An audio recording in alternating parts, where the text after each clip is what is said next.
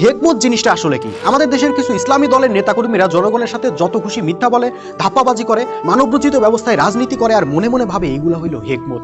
তাদেরকে যখন প্রশ্ন করা হয়, ভাই আপনারা ইসলামী দল হয়ে যা করতেছেন এগুলো তো ইসলামে বৈধ না, তারা তখন বলে আরে এগুলো তো হইল হেকমত, আর ইসলামে হেকমত অবলম্বন করা জায়েজ আছে। অর্থাৎ তারা মনে করে হেকমতের নামে যা খুশি তাই করা যায়, এমনকি আল্লাহর হুকুম পরিপন্থী কাজও করা যায়। কিন্তু আসলেই কি তাই? আসল ঘটনা হইলো ওনারা ইসলামে হেকমত আছে এইটা বুঝছে, কিন্তু হেকমত যে কাকে বলে সেইটা আবার বুঝে নাই। ভাই হেকমত মানে হইলো প্রজ্ঞা, দূরদর্শিতা ইত্যাদি, ইংরেজিতে যাকে বলে উইজডম। যেমন ধরেন আল্লাহর স্পষ্ট বিধান হইলো সুদ হারাম, তাই না? কাজেই কিয়ামত পর্যন্ত কোনোভাবেই আপনি হারামকে হালাল বানাইতে পারবেন না, বানাইলে সেটা হবে সীমা লঙ্ঘন। তো আপনাকে কি করতে হবে?